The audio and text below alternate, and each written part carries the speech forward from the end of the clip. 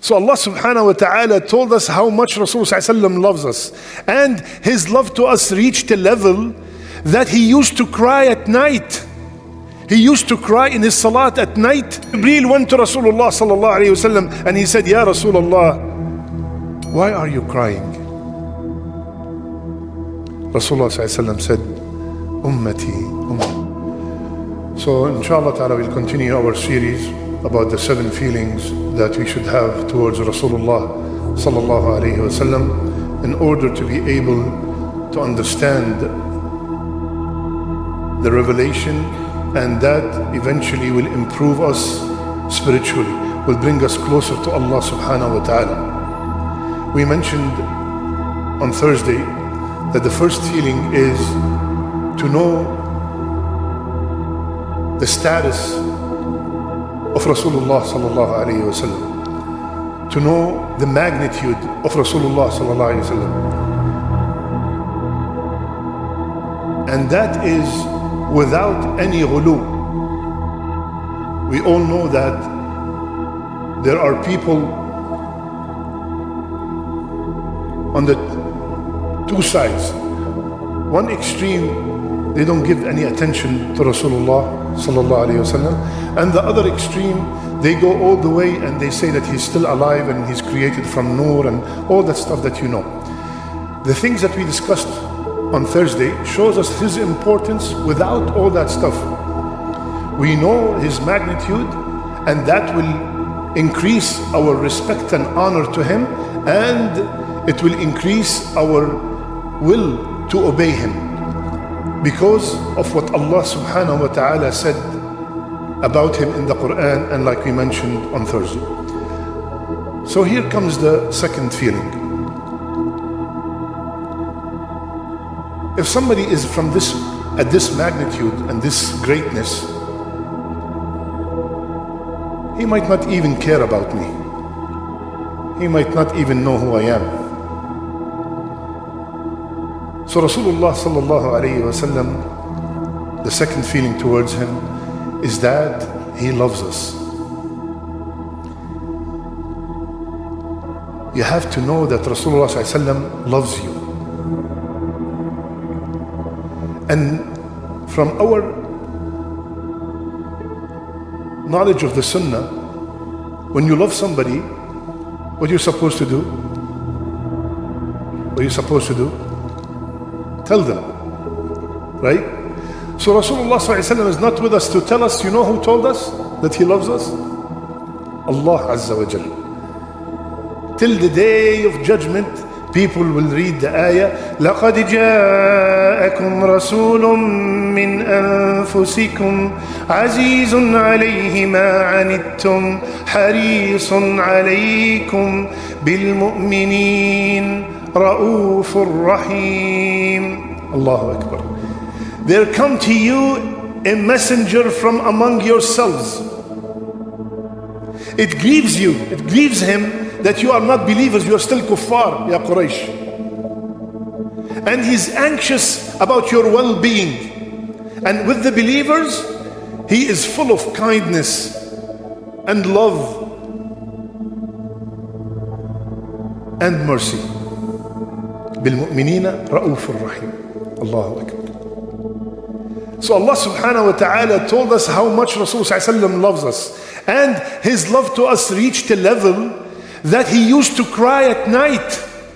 He used to cry in his salat at night. And Allah subhanahu wa ta'ala, he told Jibreel, Ya Jibreel, go to Muhammad sallallahu alayhi wa sallam. Imagine, look at the honor. Go to Muhammad sallallahu alayhi wa sallam and ask him, why is he crying? And Allah, of course, he's the Alim, he knows, but he's telling Jibreel so we Muslims to know. But Allah knows why he's crying. So Jibreel went to Rasulullah sallallahu alayhi wa sallam and he said, Ya Rasulullah, why are you crying? Rasulullah sallallahu alayhi wa sallam said, Ummati, Ummati. He's thinking about you and he's crying. Rasulullah sallallahu alayhi wa sallam is crying in the middle of the night, thinking about us. Jibreel went back to Allah subhanahu wa ta'ala and told him, And Allah told him, go back and tell Muhammad sallallahu alayhi wasallam that we will please you with your ummah and we will never disappoint you. Allahu Akbar. This is how much He loves us. He was sitting with the Sahaba in the graveyard, and we all know the hadith, and he said, وَدَدْتُ لَوْ أَنِّي I wish I would have seen my brothers. They said, Ya Rasulullah, aren't we your brothers? He said, no, you are my companions. My brothers are the ones who's gonna come believe in me and come after me, and they have not seen me. So He called you His brother. The best man ever created called me and you His brother. You know when you are in trouble, like you're coming in the airport and then you have so many things and you're worried about somebody's gonna see you and find out that you have all this food and you brought with you from your country, and you're scared, and then the immigration guy and says, Assalamu alaikum, brother. You know, one time I was, subhanAllah, I was coming, and you know, every time I come, when it comes, you have food, I say no. Even though my bag is full with sweets, but I consider sweets as not food. Because I don't want to be stopped, because it's not food really. I know what they mean by food. So I passed and everything, and then subhanallah, the last step at DFW, you want to get out from that door, and then a guy said, excuse me.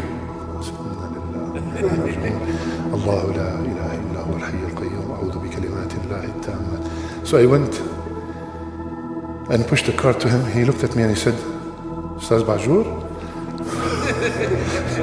Allahu Akbar, as if you were giving me $1 million. So, yeah, Habibi, I follow you, I love you. But you killed me, ya brother. So subhanallah. So Rasulullah ﷺ called us brothers. He called us brothers. Allahu Akbar. And His love and care even went to non-Muslims. We all know about the Jewish boy who used to serve him. And when he got sick, Rasulullah ﷺ went to visit him. And he was sitting next to his head. And he said, submit to Allah. Submit to Allah. So the boy looked at his father. His father is a Jew. He said, أطع أبا القاسم. Obey Abul Qasim. So the boy said, أشهد أن لا إله إلا الله وأشهد أنك رسول الله. And he died. So Rasulullah said, Alhamdulillah, that he saved him from the hellfire. Now, out of the topic for a second, why would a Jewish man, and you know how the Jews were in the time of Rasulullah, would tell his son on his deathbed to believe in another deen? يعرفونه كما يعرفون أبناءهم. Allah said in the Quran, they know him better than they know their children. They know he's the haqq. Believe in Abul Qasim. Another story with a non-Muslim, Ikrimah, the son of Abu Jahl. Abu Jahl, staunch enemy of Rasulullah sallallahu alaihi wasallam. And Ikrimah was like his father for 21 years. 21 years, just like his father, hating Rasulullah sallallahu alaihi wasallam, killing Muslims. When Rasulullah sallallahu alaihi wasallam came to conquer Mecca, Ikrimah ran away. His wife came to Rasulullah ﷺ, said, Ya Rasulullah, she was a Muslimah. When she took Shahada at the Fath Makkah, she took her Shahada. So she said, Ya Rasulullah, give Ikrimah the Aman. Let him come in peace. He said, he is Amin. So she went and told her husband. He said, I don't believe you after all I did to him. He said, I am okay. I don't believe you. So she went back and told Rasulullah ﷺ, Ikrimah does not believe. If I was instead of Rasulullah ﷺ, I said, he believes, he doesn't believe, who cares? Right? He said, here's my turban. Go and give it to him so he knows it's coming from me. So Ikrimah saw the turban, he came back, took his Shahada, because he couldn't believe. He took his Shahada and he became one of the greatest Sahaba, and he died as a shaheed in a battlefield because of the mu'amala of Rasulullah sallallahu alayhi wasallam. And finally, Rasulullah sallallahu alayhi wasallam said, every messenger has been given a dua mustajab. Imagine I tell you, you have one dua that is answered 100%. Would you make it for me? It's impossible. You have a lot of stuff that you want. He said, every messenger took his dua except me. I left it for my ummah to the day of judgment. Are you feeling the love? Are you feeling the love? That is the second feeling we should have towards Rasulullah sallallahu alayhi wasallam in order for us to be able to understand and love and follow the revelation. We have to know his status and how much he loves us. These are the two feelings. 5 more feelings coming up inshaAllah ta'ala, and that will increase our love to Rasulullah and our obedience to Rasulullah sallallahu alayhi wa sallam. May Allah gather us with him on the day of judgment. May Allah subhanahu wa ta'ala forgive all our sins. Subhanakallahumma bihamdik. Nashhadu an la ilaha illa ant. Nastaghfiruka wa natubu ilayk.